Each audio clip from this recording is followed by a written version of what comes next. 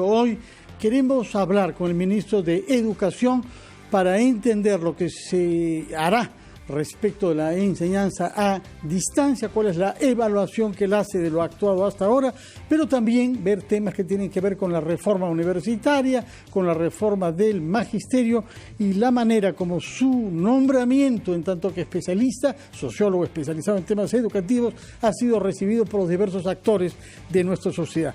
Muy buenos días, señor ministro Ricardo Cuenca. Muy buenos días, Fernando, un gusto saludarlo y un gusto saludar a todos los oyentes de RPP. Una primera pregunta que le hago por su experiencia como sociólogo, que estaba dedicado hasta hace pocos días a sus investigaciones justamente sobre la educación en América Latina, su vínculo con la democracia y la relación con los jóvenes. Ahora tiene que pasar a la acción práctica, poner de lado esas investigaciones de largo plazo, pero quizá pueda explicarnos en primer lugar por qué la educación en el Perú se ha vuelto un teatro de batalla más. Hay, por supuesto, temas de concepción de currículos, hay también temas laborales, pero ha habido un malestar a lo largo de estos últimos años que sabemos tuvo su expresión emblemática con la censura del exministro Jaime Saavedra. ¿Por qué es que la educación se ha vuelto un tema conflictivo en el Perú?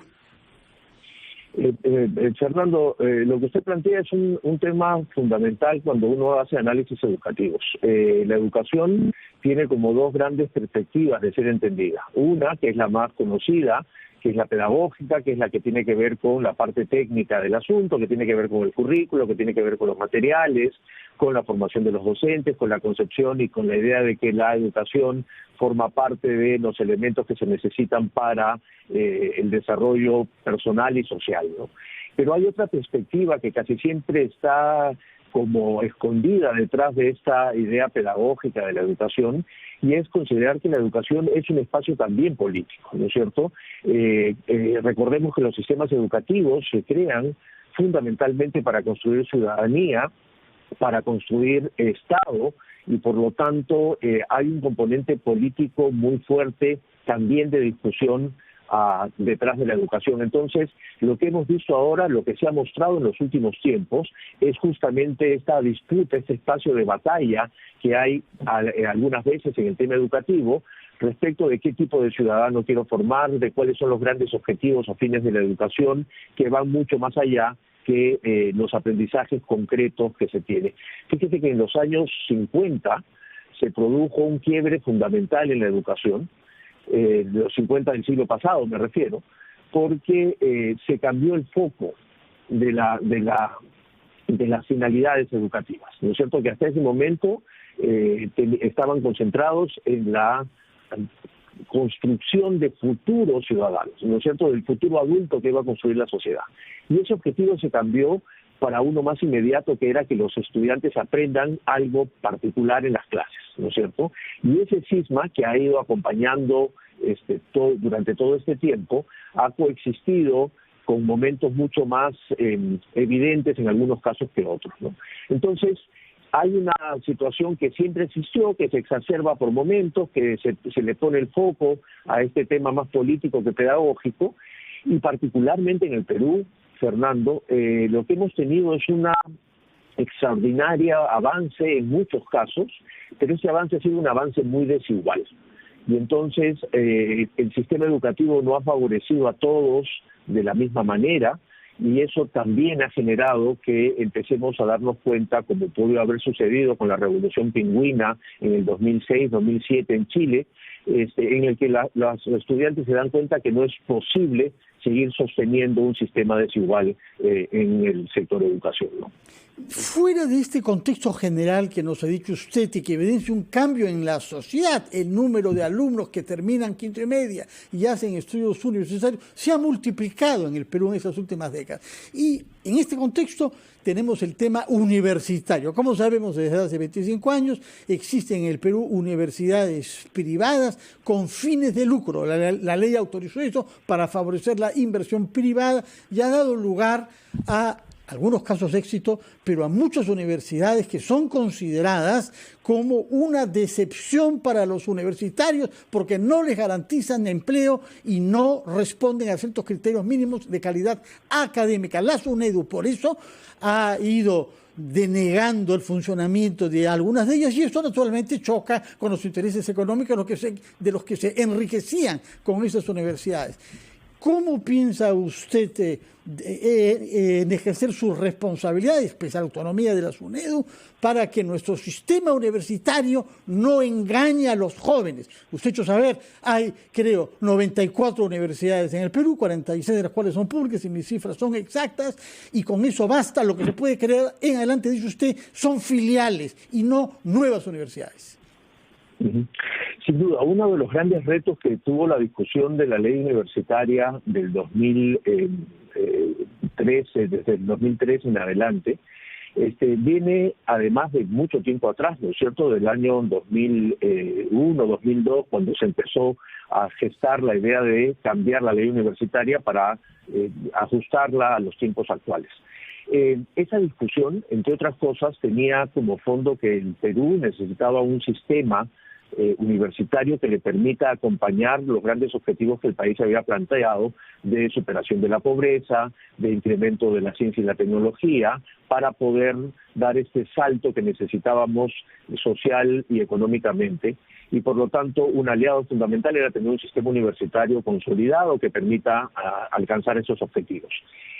Sin embargo, lo que sucedió es que a partir del año 96, esta expansión universitaria fue una expansión universitaria que se, digamos, asentó sobre tres hipótesis. Una, que liberalizar el mercado educativo podría ampliar la oferta, cosa que se cumplió. Dos, que esta ampliación iba a democratizar el acceso a la universidad, cuestión que se cumplió parcialmente. Y una tercera, que el mercado regularía la calidad de la educación, asunto que efectivamente no fue exitoso. A partir de esas decisiones y de esas discusiones, la ley universitaria y la reforma universitaria plantea unos modelos distintos para ayudar y acompañar la organización del sistema universitario. Por lo tanto, aparece la SUNEDU y formas de regulación que traten de asegurar la calidad, porque en cualquier proceso de expansión, Fernando, siempre va a haber un sacrificio mínimo, ojalá, de calidad, ¿no es cierto? Era la idea de reproductibilidad del arte de Walter Benjamin, ¿no es cierto? En el momento que esto se expande y avanza, aparece inmediatamente una situación de regulación. Lo que estamos haciendo, y ya tenemos la próxima semana una reunión, es tratar de acompañar esto con un conjunto de coordinaciones y de marcos, junto con SUNEDU, junto con CINEACE y el Ministerio de Educación, para que estas tres instituciones responsables de velar por el aseguramiento de calidad universitaria puedan trabajar de manera mucho más organizada y conjunta, y tengan por seguro que luego de tanto tiempo defendiendo las reformas universitarias, desde la gestión lo vamos a continuar haciendo. Por otra parte, estos dos grandes temas, concepción educativa para adaptarse a la realidad de nuestro país demográfica y social, por una parte, y por otra parte, universidades, tienen que ver, se estrellan contra la realidad concreta de la pandemia. Hemos recurrido a este sistema de educación a distancia, vía digital. ¿Cuál es el balance muy naturalmente provisional que usted hace de lo actuado y qué podemos prever para mejorar este sistema el próximo año? Como lo sostuve durante este año, la reacción rápida de la gestión del ministro Benavides creo que fue muy acertada en tener preparado durante un corto tiempo una plataforma que permita no interrumpir el servicio educativo. Porque siempre dije, como pasó en algunos países, que pudieron haber optado por decir que suspendemos las clases hasta que esto mejore, ¿no es cierto? La reacción fue rápida y buena, pero luego llegó un segundo momento en el que esta reacción a la emergencia inicial de los primeros meses empezaba a tener visos de que iba a durar mucho más y empezaron a hacer un conjunto de ajustes. Sobre la base de estos ajustes es que estamos haciendo aquello que es la prioridad de la gestión. Ha sido mi compromiso con el presidente Sagasti y es mi compromiso con todas las familias, los docentes y los estudiantes, que es tener el mejor y más seguro y flexible año escolar 2021.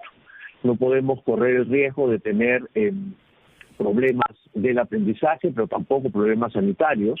La idea, como estamos pensando y ya venía avanzándose en la gestión de este año, es tener un próximo año que nos permita incorporar distintas perspectivas que se tienen en la pandemia, es decir, por supuesto, razones pedagógicas, pero también razones sanitarias, razones económicas, razones culturales. Hay un conjunto de elementos que hacen que, a partir de lo avanzado, podamos diseñar un sistema flexible y seguro para el retorno a clases con información y muy territorializada para el año 2021. De acuerdo. Usted había subrayado que uno de los grandes problemas es que el progreso del sistema educativo en general en el Perú se hizo a expensas de la igualdad. ¿Diría usted también que la educación a distancia digital ha evidenciado esto y ha profundizado? Hay alumnos que tienen mecanismos y dispositivos digitales muy eficaces, mientras que hemos visto localidades a donde no llegaban las tablets, que se demoraron mucho o que no tenían una buena conexión. Sin duda. Lo que ha hecho la pandemia, para este caso en particular, es ponerle un enorme reflector a algunos de los elementos que ya venían de atrás, ¿no es cierto? Y entre ellos la brecha digital, pero también la manera como entendemos la educación, la manera como nos enfrentamos a ella. Fíjese, Fernando, que hasta hace poco, hace un par de meses, se anunciaba que podíamos tener 300.000 estudiantes que habían abandonado el sistema remoto de educación. Y cuando me consultaron, lo primero que me llamó la atención es que este problema era parecido al que tuvimos en el año 2019 cuando no había pandemia. En el año 2019, 6 de cada 10 estudiantes de secundaria en zonas rurales abandonaban los estudios. Y entonces esa situación de desigualdad es una situación que viene muy de atrás, ¿no es cierto? Lo que hace la pandemia, insisto, es ponerle un enorme reflector y mostrárnoslos con toda crudeza, y por eso es que es fundamental diseñar un sistema que trate de cerrar esas brechas, no solo de infraestructura de conectividad, no solo de equipamiento, sino también de todo el paquete completo para que podamos acceder con un sistema educativo mucho más flexible a las necesidades de los estudiantes en el país. De acuerdo, ministro. Permítame ir a una breve pausa, por favor, después de la cual quisiera que nos hables de un tema crucial en todos los ámbitos del Estado, que es sus relaciones armoniosas o no con el sector privado. Y en el tema educativo, naturalmente, esto resulta crucial. Retomamos nuestro diálogo con el ministro de Educación, Ricardo Cuenca, después de una breve pausa. Son las 9:20, estamos conversando con el ministro de Educación, Ricardo Cuenca, y había quedado planteada la pregunta sobre la relación entre las escuelas privadas y las escuelas públicas, y al interior, naturalmente, de las escuelas privadas estoy pensando en el porcentaje importante que son escuelas católicas. Usted ha subrayado, señor ministro, que va a intentar promover las más armoniosas relaciones entre estos sectores. ¿Qué significa eso en concreto como política de su ministerio?